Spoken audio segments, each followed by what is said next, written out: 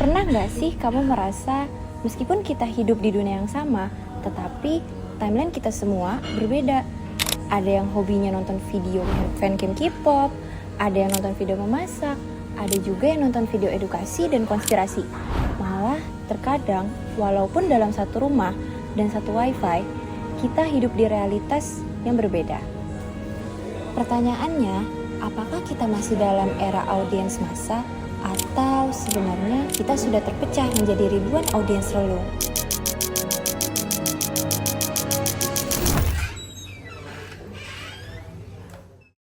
Dulu, di era penyiaran, semuanya serba sederhana.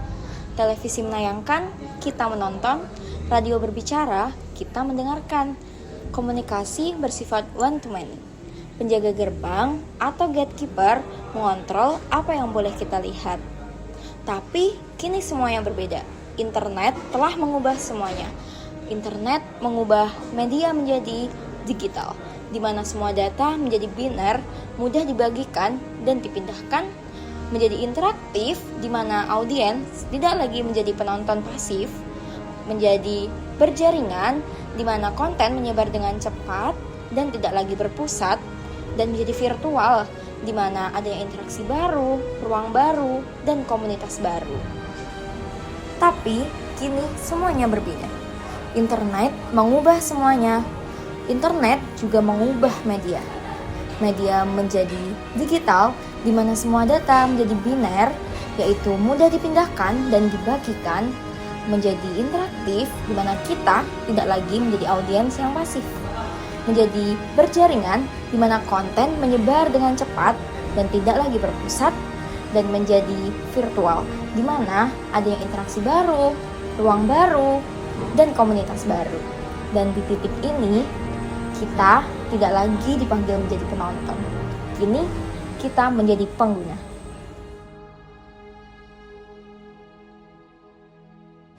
Bayangkan, sebuah stadion besar berisi jutaan orang, mereka semua menonton acara yang sama di waktu yang sama. Itulah audiens massa. Sekarang, kita bukan lagi stadion besar. Kita lebih mirip ratusan ruang kecil, ribuan grup WhatsApp, jutaan kanal YouTube. Hari ini, satu orang bisa menjadi bagian dari audiens review skincare, audiens podcast kriminal, audiens channel filsafat, audiens komunitas reptil eksotis, atau fandom talent BL. Kita tersebar, kita terfragmentasi. Fenomena ini disebut audience fragmentation, di mana ketika perhatian publik pecah menjadi jutaan minat kecil. Positifnya, suara minoritas dapat panggung, kreativitas meledak. Negatifnya, kita kehilangan ruang publik bersama, tempat kita menyepakati realitas. Pertanyaannya, kenapa kita bisa terpecah seperti ini? Nah, hal ini bisa terjadi disebabkan oleh dua mekanisme. Yang pertama yaitu kustomisasi. Hal ini terjadi ketika kita yang memilih siapa yang kita follow dan genre apa yang kita suka.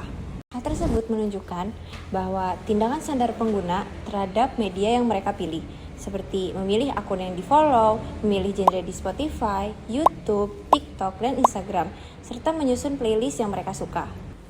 Kemudian mekanisme yang kedua, yaitu personalisasi. Hal ini terjadi ketika algoritma yang memilihkan untuk kita. Karena platform di media sosial itu mengamati apa yang kita pilih, waktu nonton kita, bahkan konten yang kita skip. Lalu mereka menyusun timeline yang sepertinya cocok untuk kita. Timeline tersebut terjadi karena algoritma memilihkan pengguna berdasarkan data yaitu seperti TikTok for your page atau FYP, yang kedua rekomendasi Netflix, yang ketiga news feeds dari Facebook, Instagram maupun YouTube.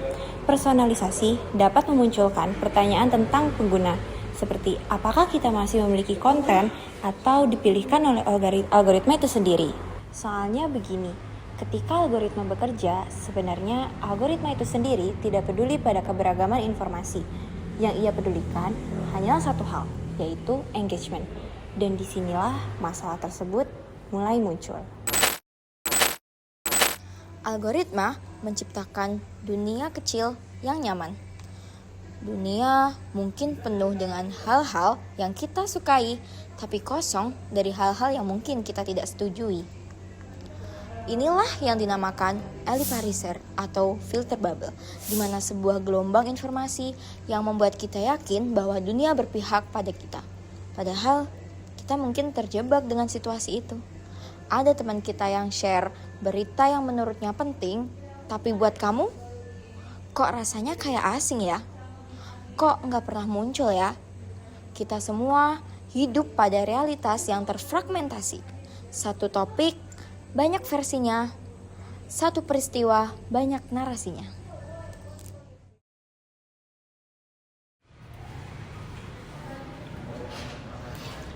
Untuk para peneliti, kondisi ini rumit karena pertama, konsumsi asinkron, di mana orang nonton kapan saja, perangkat apa saja, dan rating jadwal sudah tidak relevan.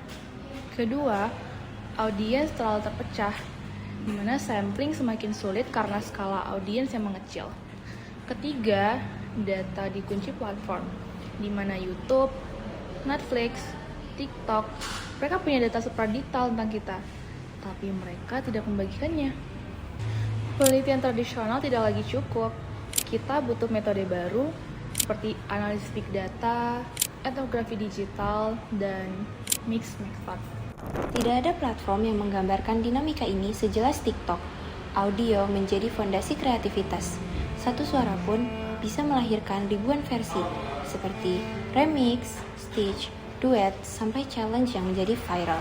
Dan semua ini digerakkan oleh satu mesin besar, yaitu FYP. Di platform TikTok, konten kecil dan kreator kecil punya peluang yang sama untuk menjadi viral. Ini demokratis, tapi juga chaotic. Semua orang ingin relevan, semua orang juga ingin muncul di FYP. Studi kasus budaya remix dan kreativitas di TikTok. TikTok bisa mewujudkan budaya partisipatoris dan budaya remix.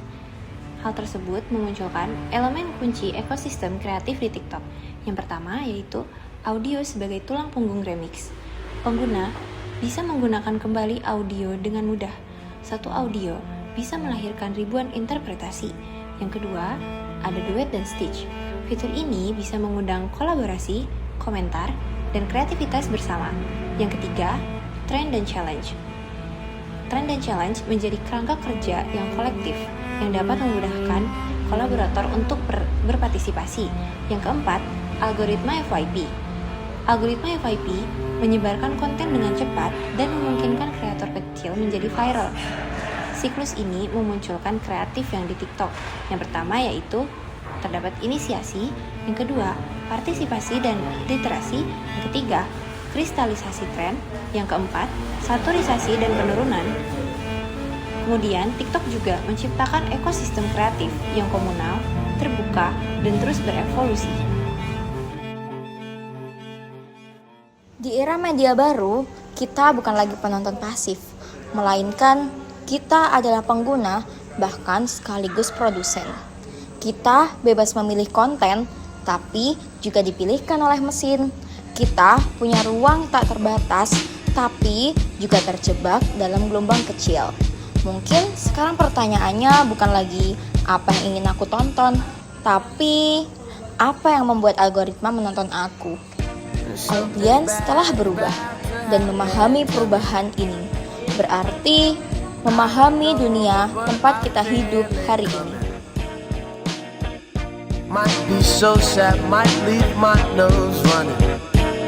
I just hope she don't wanna leave me. Don't you give me up, please don't give up on me. I belong with you, only you, baby. Only you, my girl, only you, baby. Only you, darling, only you, baby. Only you, my girl, only you, baby. Only you, darling, only you. Something bad is about to happen to me. Why I feel this way, I don't know.